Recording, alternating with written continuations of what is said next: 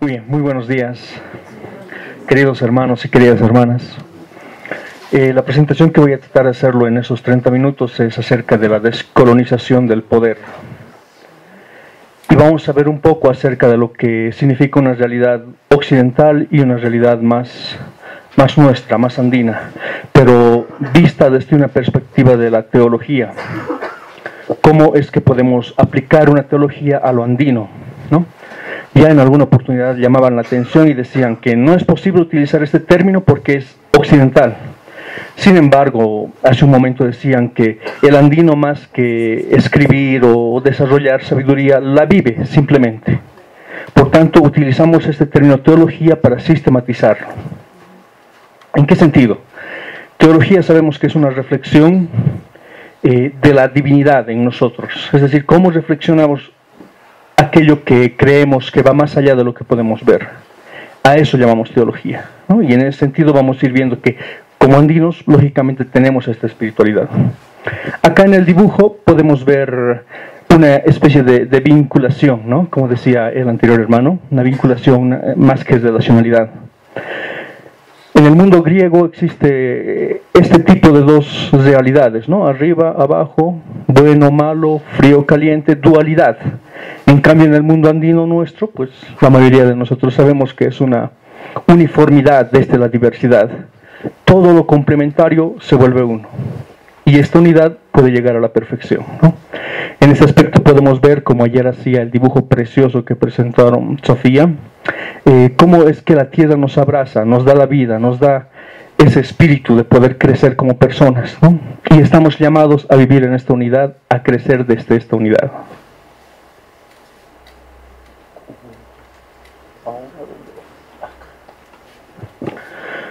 Para empezar, es una prioridad desde la teología saber que debemos tener una vida en plenitud. El Evangelio de Juan, capítulo 10, versículo 10, nos dice eso, ¿no? Nosotros hemos venido acá para dar vida y vida en abundancia. Y esto no se refiere únicamente a las personas, sino también está a todo tipo de vidas, animales, plantas, la realidad del cosmos y nosotros como hermanos. Esto que Jesús prometió a toda su creación no solamente se interpreta de la misma manera desde una cultura occidental, la que mencionábamos, que es cristiana totalmente, y una cultura andina, que también tiene parte de lo cristiano, y lo vamos a desarrollar más adelante de manera breve. No está tanto en la realización plena de cada ser humano individualmente, como lo decíamos, ¿no? Sino existe esta relacionalidad, esta reciprocidad entre los diferentes. Por tanto, la relación tiene que ser conmigo mismo, ¿no? Una pacificación, una paz conmigo mismo, una paz con el prójimo, ¿no? Que conforma la comunidad, y una paz con el cosmos, con la naturaleza. A partir de eso podemos tener una espiritualidad mucho más profunda y enraizada. No solamente mi Dios y yo, sino yo conmigo, yo con mi hermano o hermana y yo con el cosmos. ¿Y qué podemos decir de esta imagen?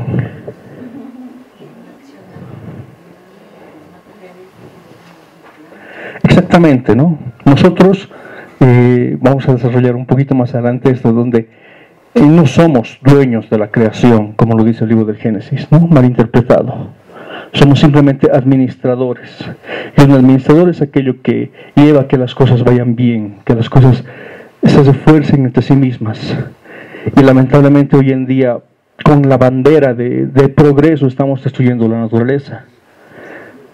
Porque hay una diferencia muy sutil entre vivir mejor y el buen vivir, ¿no? Vivir mejor es tener cosas, una individualidad propia. En cambio, el vivir bien es, como decían ayer, buscar la felicidad de los demás. Y yo soy feliz cuando veo a mis parientes, seres queridos, felices. Un carro, una casa, un objeto, no sé, un celular de última generación, feliz no sé si me hará. Pero si veo a mi madre sonriendo todas las mañanas, eso sí llena, ¿no? Muy bien. De manera breve, la colonización proviene a partir de querer adueñarse de cierta realidad, ¿no? La colonización generalmente es algo territorial. Existe otro término llamado colonialidad. Y la colonialidad viene más que todo por algo que no se ve: ideología, pensamiento, espiritualidad, filosofía, ¿no? Algo que no se puede sentir ni tocar, pero que está ahí. Y esto da legitimidad a las cosas que se hacen. Es por eso que existe una pelea de poderes sobre el dominio político y religioso. Esto en todos los tiempos y en todas las culturas. Es por eso que el expansionismo tiene procesos de configuración y consolidación donde existen diversos aspectos: militar, comercial, social y sobre todo religioso, porque este es el que legitima moralmente lo que una persona está haciendo. Como toda ideología, el discurso colonial tiene que legitimizar moral y culturalmente el dominio de una sociedad del occidente. Pero para esto se utilizan tres características interesantes. El primero es el etnocentrismo, la asimetría y la religión a conveniencia, ¿no? Que lo vamos a desarrollar enseguida. El etnocentrismo significa esta raza que debe ser el modelo. Y es una pena, señores, porque lamentablemente hoy en día uno se cree mejor cuando tiene más cosas. Se cree mejor cuando envidia a los demás. Inclusive van más allá de los objetos. Uno, la pielcita, la quiere más blanquita. Quisiera ser como ellos. Se alieniza a una persona. Y el etnocentrismo es esto, ¿no? Querer homogeneizar a una sola cultura. Querer ser una uniformidad. Y estamos olvidando que la riqueza proviene de la diversidad. Es desde ahí donde se puede lograr una unidad, que es muy distinto a una uniformidad. La segunda característica es la asimetría, es decir, esta desigualdad, ¿no?, entre personas que tienen más y personas que tienen menos. Esta injusticia en que si usted no vive por sus sueños, yo le voy a hacer trabajar para que usted cumpla mis sueños. ¿Se entiende?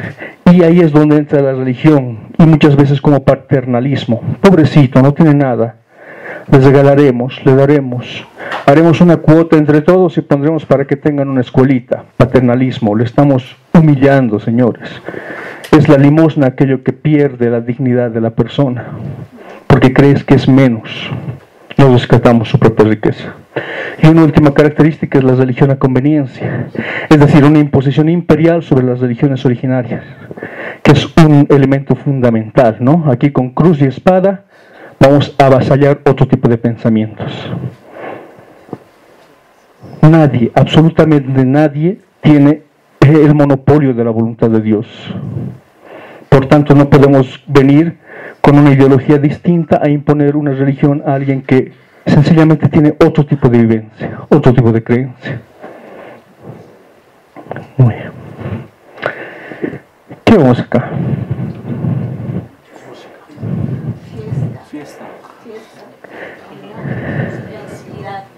Exacto, identidad, cultura. La gente de afuera, ¿qué ve? Oh, ignorancia, atraso, pobreza, todo lo que minimiza a la persona. Pero ojo, que le vamos a tratar de dar la vuelta a esto, porque es bien interesante. Las culturas de los pueblos originarios afirman que todos los seres vivos han sido provistos de lo necesario para la vida, ¿no? Por tanto, no tenemos por qué tener pena de otros que pensamos que son distintos a nosotros. Pues según nuestros antepasados, la vida se mantiene mediante el amor entre humanos y mediante el respeto a toda clase de vida. A partir de acá, creo yo, que parte la filosofía andina y la teología andina, por supuesto, ¿no? La espiritualidad. No únicamente a nosotros, sino a todo ser vivo. Pero la colonización es una oportunidad de renovarse en su identidad. Y esto creo que es lo fundamental. Porque cuando uno se pregunta por la salud, cuando está enfermo, ¿no? Cuando uno se pregunta por el sentido de la vida.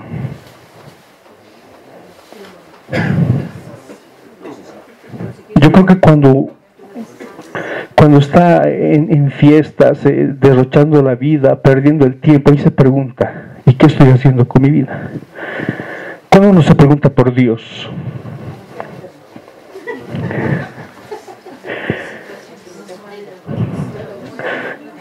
creo que uno se pregunta por Dios cuando está más alejado de Él. en el peor de sus pecados, ahí se pregunta. O en un caso más extremo, ¿no? Cuando está en el límite de la muerte, se pregunta por Dios. Es por eso que yo creo que la colonización en el fondo nos hace preguntar, ¿y mi identidad dónde está? La colonización en cierto sentido es una oportunidad para renovar nuestra identidad, descolonizándonos del poder para volver a los orígenes, para repensar este porvenir que tenemos, pero desde la mirada autóctona. Hoy en día quieren sanarnos con fármacos, con tabletas, con muchas cosas que tienen conservantes y a la vez tienen reacciones en nuestro cuerpo. Yo creo que la mejor forma de sanarse es lo que estamos haciendo estos días, ¿no? En paz con nosotros, en paz con la tierra, la medicina natural que no tiene efectos secundarios y que ayuda tanto a nuestra vida. Rescatar, renovar nuestra identidad. ¿Para qué? Para ser capaz de descolonizarnos del poder. Y para esto se necesita un horizonte abierto, un paradigma, un modelo de pensamiento que debe estar escondido dentro de nuestra cultura. Yo creo que aquí es elemental ir pensando qué es lo que nos enseñan nuestros antepasados, ir repensando cómo eso puede ayudarnos ahora, en nuestra actualidad. Porque es difícil tratar de no vivir sin tecnología, de no vivir sin el celular, de no vivir sin las cosas que tenemos a la mano. Pero encima de eso, ¿cómo podemos nosotros complementarnos con lo que tenemos? Ese es el desafío. ¿Qué tenemos acá?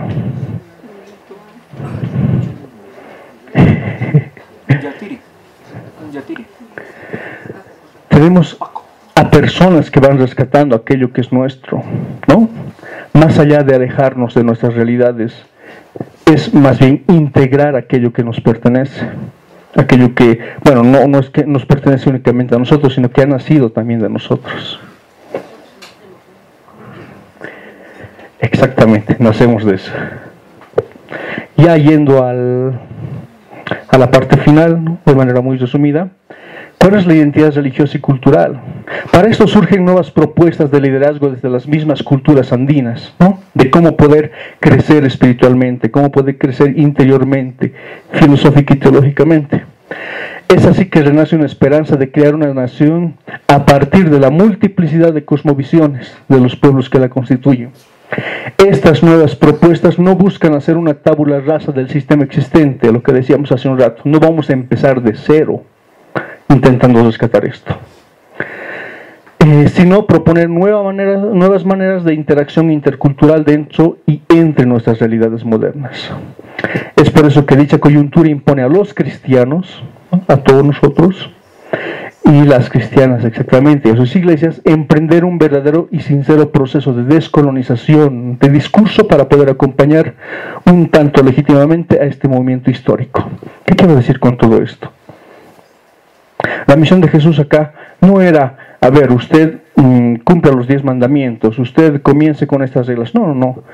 Él vino acá y empezó a sanar gente, empezó a acompañar a los enfermos, empezó a estar cerca de los más alejados, marginados, ¿no? En Mateo 23, si no me equivoco, cuando le dicen, ¿y este qué se cree?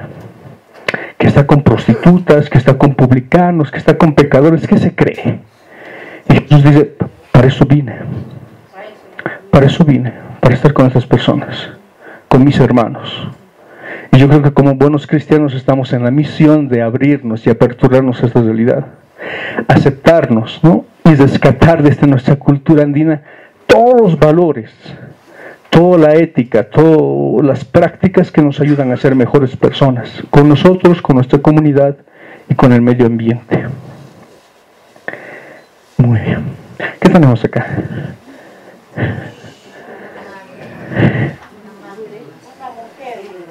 Con su guagua,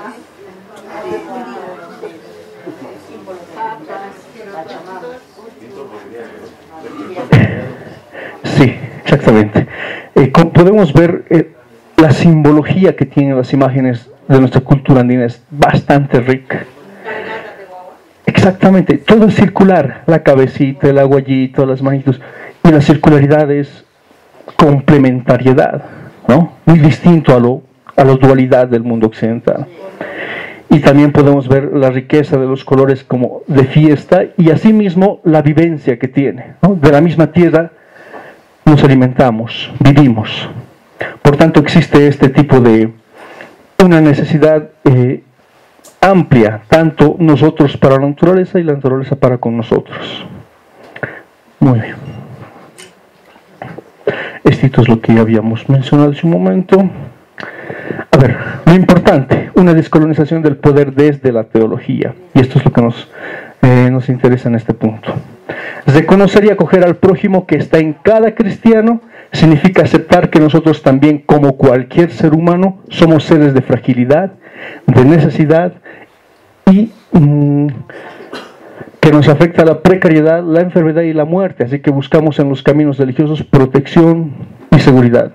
Nosotros, como cualquier ser humano, sentimos confusamente presencias en el cosmos y en la necesidad de comunión con Dios. Con esto quiero intentar explicar que únicamente como cristianos necesitamos vivir en la coherencia. Es decir, intentar hacer lo que decimos e intentar decir lo que hacemos. No solamente las palabras pueden llenar a las cosas. Incluso me atrevo a decir que las palabras son aquellas que vuelven hipócritas a una iglesia. Es en la acción donde podemos mostrarnos como verdaderos cristianos. Y el cristiano no se va más por reglas o dogmas, ¿no? El cristiano vive más que todo por su forma y su estilo de vivir. La manera en que uno se va expresando hacia los demás hace mucho. Muchísimo. Hace un momento hablaban de ciertas personalidades, ¿no? Ayer estaba escuchando de ciertos sacerdotes que ya fallecieron en el camino, pero que dejaron un testimonio que eso no se olvida nunca. Y más allá que las palabras, es la misma vida. Y eso es lo que nos pide, ¿no? Un cristiano debe ser alguien que acepte y que respete estas cosas, que las asuma, ¿no? Porque también son nuestras raíces. Eso. Lo mismo acá, ¿no? Imágenes circulares que representan nuestra complementariedad, ¿no? Y los instrumentos que representan también cierta simbología en cada uno de nosotros, en cada uno de nuestros pueblos. Muchos ven en estos llanos, en estas pampas, pucha, muerte, ¿no es cierto, señores? Ahí rescatamos la vida de este nuestro estilo, de esta nuestra forma de ser. ¿Cuál es nuestra misión de cristianos? Recuperando esa teología andina. Para empezar, ser cristiano quiere decir reconocer el carácter profundamente evangélico de muchísimos aspectos de la religión originaria, ¿no? De lo andino. En la religión originaria, Cristo estaba más presente antes que después de la primera evangelización. Es por eso que pensar en una teología desde la interculturalidad nos abre un camino de evangelización. Evangelizar es vivir como Cristo ha vivido. Y Cristo, desde que nació pobre, en un pesebre, ¿no? Comidero de animales. Vivió, más pobre todavía, porque él mismo decía, los zorros tienen cuevas, las aves tienen nidos, pero el Hijo del Hombre no tiene dónde reclinar la cabeza. Y murió entre dos salteadores. Ojo, salteador no es ladrón. ¿No? En el idioma original es que personas que asesinan por gusto, ¿no? Gente demasiado mala. Ahí murió. Por tanto, estamos llamados también a eso. Aquel que aspira a la riqueza mediante una religión desvirtúa todo, lo pierde todo.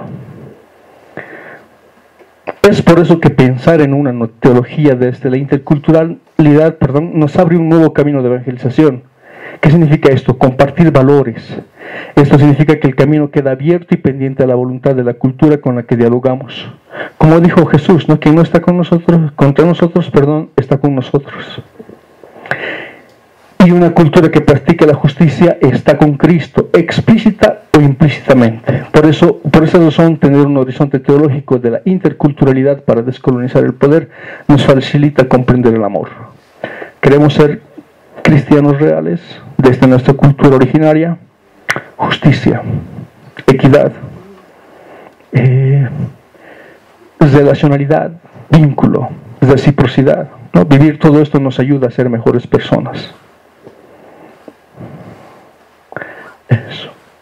Acá lo mismo, ¿no? Una imagen, muchos colores, muchos círculos, y no hay rostro, porque al final todos somos personas, y eso se respeta y se refleja en cada uno de nosotros. Y terminamos diciendo lo siguiente, ¿no? Hace poco un teólogo llamado Víctor Codina, que es un sacerdote jesuita, fue docente de la Universidad Católica en Bolivia. Él advierte la nueva necesidad de aprender a desaprender. Hace un momento decían, debemos desaprender para aprender, pero yo creo que también es necesario aprender a desaprender.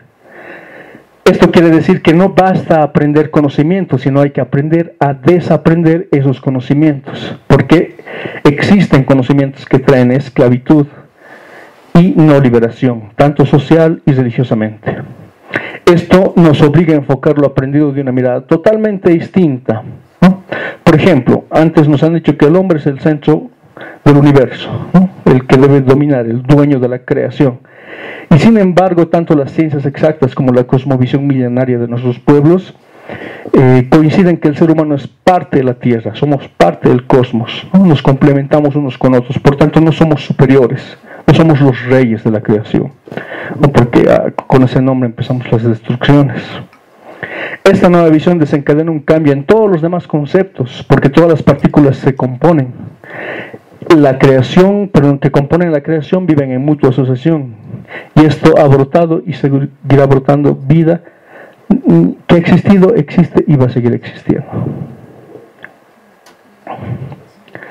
Por tanto, la interculturalidad pertenece a esta posición ontológica existencial del respeto mutuo, ontológico, del mismo ser, ¿no? Todos somos necesarios. Aquí nadie sobra ni nadie es menor que otros. Y es a esto a lo que quiere llegar la teología al final, que nadie se sienta menos que otro, ni por cosas económicas, ni por cosas sociales, ni por cosas religiosas, que nadie sea menor que otro, porque aquí estamos llamados a comer como Dios quiere que comamos, a trabajar como Dios quiere que trabajemos, y en el fondo a vivir como Dios quiere que vivamos. Eso sería de mi parte. Muchísimas gracias.